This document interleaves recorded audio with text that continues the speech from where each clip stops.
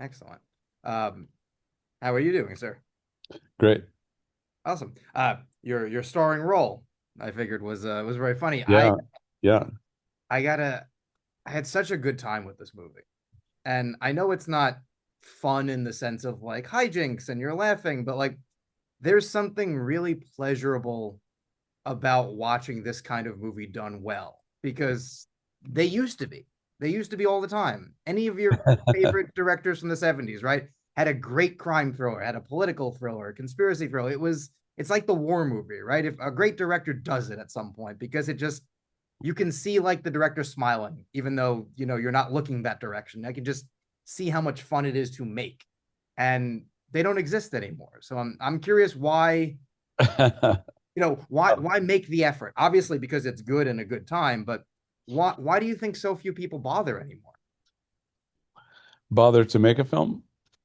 A conspiracy thriller, a crime thriller, this type Oh, of movie, any you film mean is the genre, a genre? yeah. Um, why don't they? Well, Or it's like they used to be so many, right? And they used to be amazing, and now there's almost none. You mostly will see like TV stuff. but there's some kind of genres going on now. I mean, love story, comedy, there are dramas, there are action movies. Right. But do you think that they're done without humor or I mean, there's a specific type of movie that this is very much a part of. That just I think, and it's a compliment to how well it's done. a tradition that's been lost? Oh yeah, like obviously the period that it's set in would mess it up, but if this was made in like 1975, right? It would be a well-reviewed movie that was like, yeah, this is what we're seeing on Friday night. It would be a mainstream, like, yeah, it's April, let's go see it. As Yeah. opposed to, it sounds like it's a derogative, but it's not, but like a novelty. It's unusual to see, a period crime thriller that's just about like what happens when I take someone hostage? What happens next? Like the Yeah, I simplicity think of it's it. probably because of honestly the script. Because I think Austin, our writer, is I think he had like used that genre as a guide, into in what he was writing. So the stuff that I'm doing is just on kind of on top of it. The stuff that the actors and the camera and everything are doing are really riffing off of like his basic thing, which is it does have a tradition to it. It was the traditional side of it was like kind of solid because there was a tradition to it. And like when things come in and go out and when the timing of the script was you know stuck to the genre. And there was yeah, I think I see what you mean. And I think that yeah, I actually think that any of our films today could have that same aspect. It's just that the um the traditions of the timing and the traditions of like the storytelling are like less adhered to maybe than they were back in the day. I think so, yeah. Um, No, that makes a lot of sense. And also, you're a script guy for a director. I think anyone who's a name director, right? You don't always think, unless they write their own stuff, you don't always think about the scripts that often. You think about it, but I think so much about the movies that people respond to that you make are, screenplay heavy. They're quotable. You can tell why you signed on. You can tell why you're like, I want to be a part of this story. I want to make it come to life. And I think this is very much in keeping with that. It is deceptively simple, right? What happens when this guy takes this other guy hostage? He's got a point. People agree with the point. What happens next? Like, it's a really great hook. And I can see why you would go, I can do something with that. yeah. I mean, I think that was one of my interests. My main interest really was not really when I thought of the script as a screenplay, I thought of it as a dutifully like created thing. Yeah. But my real interest was the real story, the origin story that it was coming from, you got to hear as you were reading the script digitally, you could click on parts of the script that would allow you to hear the voices of the real people in Mhm. the scenes. So the real 911 call, which I don't think it was called 911 at the time, but Yeah. it was the emergency call to the police station that where he says, "Come and get me because I've got this guy hostage and I want exposure." Send the news, send the cops. By the real guy, he was sort of manically angry at his captive, angry at the cops, telling them this is a real thing, and then also asking them personal questions like, "Do you have any pets?" And Yeah. oh, that sounds nice. What do you like? What are their names? You know, that kind of stuff. And then meanwhile, yelling at them. Was he was so multifaceted in his thought process that I'd never really, seen a character like that.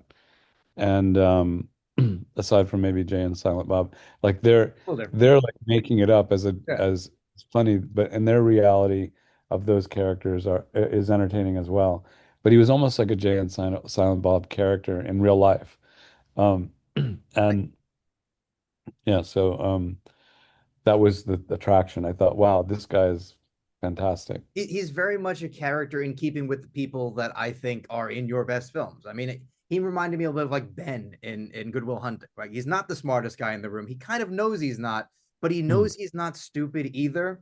So he's like, I think I can figure this out, and I think there's really something in watching this guy work it out. Right, he kind of knows he's in over his head, but he also knows he's right. Right, and that's the quirk. Right, if you're right, we've all been mad and been right. I'm like, well, I'm not going to let this go. And in part of Yeah, yourself, like I should let this go. I will be a happier person if I just let this go, but you can't. And I think, especially now where so many people are mad at a thing that we can't control, right?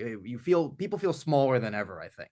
And watching a yeah, guy that's true. who felt so small, and also to have, I think the great thing that this movie does, I think so many other movies wouldn't have had the Al Pacino conversation, right? It would have been like, that's just the looming evil, as opposed to you don't get what you want when you get what you think you're gonna want. What now? Oh, I didn't really plan on what happens next. I really thought that was gonna go my way. It's Right. darkly funny, but it also is, interestingly, for being about the 70s, timely. Like I think that is very much what the modern hook is. And I think maybe even subconsciously what drew Austin to write it, what drew you to make it, like the idea of Yeah, like, I think Austin was definitely drawn to that. He talks about that. Are you going to talk to him at all? possibly. Yeah, I'm interested. It's I it's mean, he's fascinating. that origin, when he talks about the origin, it's definitely, I'm living in like a one room apartment and I can't do this and I can't get that. And, so he was writing from his heart. Um, but yeah, I mean, the kind of strange thing about the Tony's situation is he obviously can't keep up the mortgage payments. Yeah. So it's like not paying your phone bill and then yelling at the phone company that, I gotta have a fucking phone, and they're like, you have to pay your bill. And he's like, I can't pay my bill, but I still need the phone. Yeah. You know, it's Oh yeah. It's like it's when you, like a no-win. It's like a no-win yeah. situation. Well, that's where the relatability is. Like, I understand I have to pay my bills. I know it's hard, but also fuck you for making me pay this expensive bill. Like there's something about that you get riled up and you're like, I don't really care if like he's only half right. That's good enough for me. I'm on board. And I think that's part of why I think it's also going to have staying power. When you think about like the classics of the genre, if you think Yeah. about like, even if it's, Pakula's movies, you think about Sidney Lumet's movies, if you think about some of those, there's something about them. They're all very of the time, but you watch them today, and my friends and I gone through a bunch recently. You go, oh, that's still, it's talking about something completely different now. Like 3 Days of the Condor, you're like, oh, there's reasons to not trust the government. There's all these things that you can watch. And I think watching this, you can go, oh wow, just no matter who you are, you've always been like, there's something bigger than me, and it's crushing me. And if I'm not rich, I'm really screwed. Yeah. I mean, also the Bill pointed out, Skarsgård pointed out that um, the land issue, it's Yeah, like they're fighting over. this piece of land that he's, been pulling stumps from, and he's been working on the land, and now they're saying it's not his land. It's like a basic, he thought Greek thing of like, I don't That know why was I put not mine. it. Maybe it's not a Swedish thing, but it's like he felt like that particular issue of ownership of land was partly what that made him so furious. Oh yeah. I'm thrilled that there's a new Gus Van Sant movie, frankly, let alone that it's this one. So I'm thrilled. I hope there's more to come sooner rather than later. Um, Yeah, I just nobody quite does it like you, which can mean anything, which is the fun part. Like I think when you announce a film, if nobody knows what it is, not based on something, there's no possible way to know what you're making. And that's, I see 300 movies a year. That's pretty fucking exciting.